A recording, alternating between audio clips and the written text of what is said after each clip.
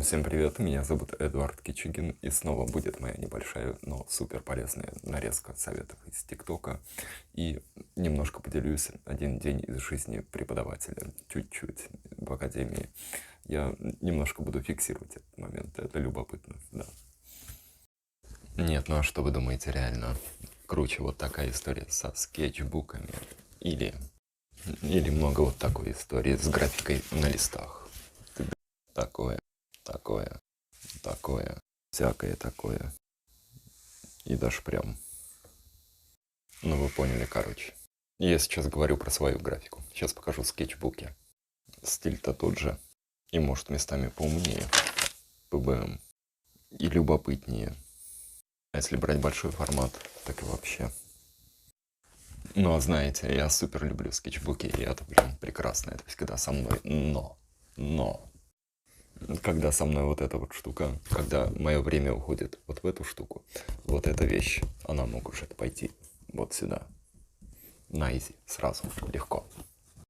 Так что графика в скетчбуке остается в скетчбуке, а графика на листе, она имеет шансы выйти в мир. Что думаете? Чутка про тексты и графику. Это немножко странный способ улучшить ваше рисование. Если вы рисуете, может быть, не очень хорошо. Это мой лайфхак. Я когда мало умел рисовать, я его использовал постоянно. Нужно подумать про текст как про декоративную историю, как про орнамент. И если вы, например, нарисовали какой-то рисунок, и он вас не устраивает, это композиционно плохо, да и вообще, в общем, лучше бы на него не смотрели, то можно сделать таким образом, как я делаю, да. Берем, например, и делаем вот так. Ну, так я еще плюс изучал итальянский. Это работает неплохо. Или вот так. Это немножко Венеция. И тоже изучение итальянского. Такой подход у меня вышел из проектной графики, но в принципе и в обычном рисунке это, как видите, работает неплохо. Но если хотите научиться рисовать так же, то сервис подписки у меня в шапке профиля. Сегодня про то, что эффектная графика может состоять из очень простых элементов, и нужно просто эти простые элементы бам-бам-бам, как пазл, составлять и получать интересный графичный рисунок. Как это делается, смотрите. Все просто. Вот лист, вот простой графичный пейзаж. Все вместе выглядит симпатично. Ну, как обычная моя графика. ТДМ. Но вот те единые элементы, из которых все это состоит. Если посмотрим, ТДДМ, простая форма, простая бесформенная форма. Корябки, линии. То же самое, то же самое, то же самое, то же самое. Времени немного, эффект симпатичный. И, в общем, это особенность моего подхода к графике, потому что у меня изначально проектная графика. Нужно сделать быстро, просто, сразу же и хорошо. И поэтому, перенося вот эти принципы проектной графики в рисунок просто пейзажа, я получаю симпатичную вещь. Очень быстро, просто хорошо. Все, easy. И вот сейчас будет небольшой фрагмент про академию, про то, как там все происходит. Ну, как все. Чуть-чуть покажу, как я кофе завариваю, или что сижу с каким-то проектом. Ну, правда, проект это мой проект, это не академический проект. В общем, я тогда засиделся просто прям долго. Дольше, чем мои часы, да. Ну, в общем, вот, если вам интересно, это Санкт-Петербургский государственный лесотехнический университет имени Кирова. Я там преподаю ландшафтную архитектуру. Учебный год, блин, начался снова в понедельник в академию преподавать. Ну, блин, мучу. Лесопилочка родная. Какая-то бумажная дорожка в академии. В кои-то веки удалось первому очутиться на кафедре. Клево. Мой ноутбук. Тудук. И мой кофе. Готов. Пронто. Тыдын, фрагментики и разбредовочки. Тык, тык-дык, тык-тык-тык, тык, тык, тык.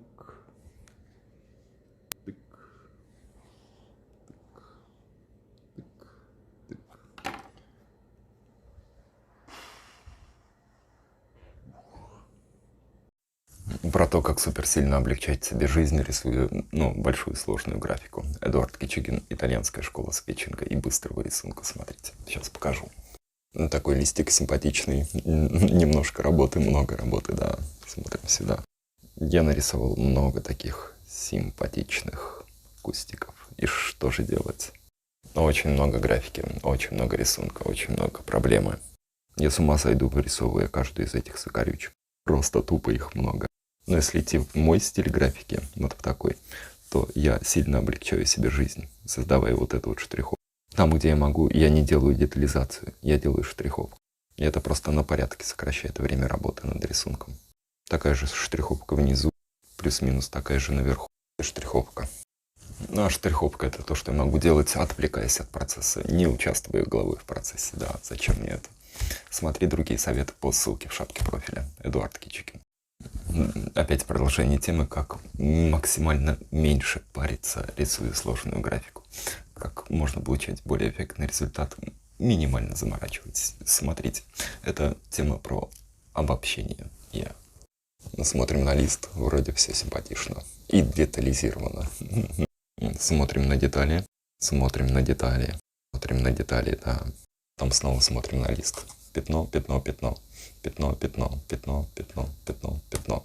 Правильно делаете пятна, можно особо не детализировать. И вот это нормальный такой лайфхак для того, чтобы идти в рисунке быстро, просто хорошо.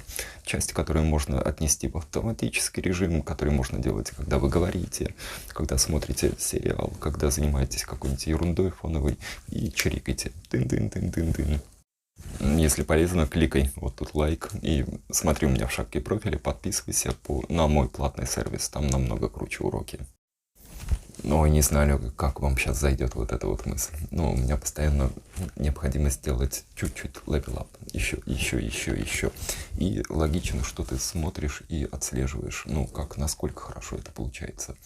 Например, рисунок получается ли лучше, проектирование получается ли лучше, знаешь ли ты новые какие-то штуки полезные.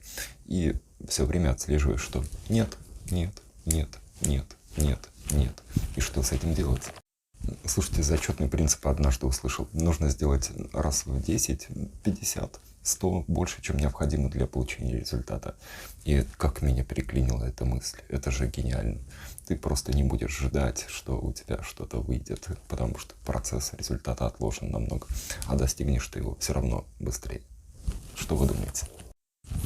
Ставь лайк, если было полезно, и подписывайся. И в шапке профиля у меня крутые уроки по рисованию и скетчингу в моем стиле графики. Интересная идея еще одна о том, как заставить процесс рисования работать на тебя. Ты рисуешь меньше, но получается лучше и быстрее, и круче. Это сочетание негативного пространства и позитивного. Что такое негативное пространство? Негативное пространство — это пространство вокруг твоего рисунка. Это, по сути, белый чистый лист. Позитивное пространство — это то, что ты нарисовал в рисунке. И если ты думаешь о том, что они вместе с собой друг с другом работают, то, по сути, ты берешь в рисунок и незарисованную часть заставляешь работать на свой рисунок. Как это может работать? Тоже немножко из моей графики, формат А3, такой большой, симпатичный. И вот это вот есть позитивное пространство, вот это негативное, потому что оно слито с окружающим фоном. Все вроде симпатично. Позитивное и негативное. И потому что оно пропускается внутрь позитивного, оно работает со всем листом. Удобно. В общем, если вам понравилось, ставьте лайк, подписывайтесь на канал. И внизу в описании к видео много плейлистов. Смотрите, включайте, например, плейлист по ландшафтной архитектуре или по архитектурному скетчингу. Или, посмотрите, их много интересных. И начинаете рисовать, например, вместе со мной. Там выбираете тему, которая вам интересна, которой вам нужно прокачаться. И делаете подход. Как делаю я. Будете делать, как я, получите, как у меня результаты. Там все просто. Это не художественная история, это проектная история. Этому можно научиться. И там мне постоянно в инсту пишут, и везде, что, получается, все получается. Кто работает, кто делает подход, то все окей. В общем, вот, и внизу сервис. Там я даю закрытую информацию. Ту информацию, которой я делюсь с коллегами или непосредственно на курсе. Там я прям по шагам разбираю мою графику так, как я не разбираю на YouTube. В общем, есть смысл подписаться. Это сервис Boosty. В общем, вот, меня зовут Эдуард Кичигин. Всем чао-чао, хорошего дня.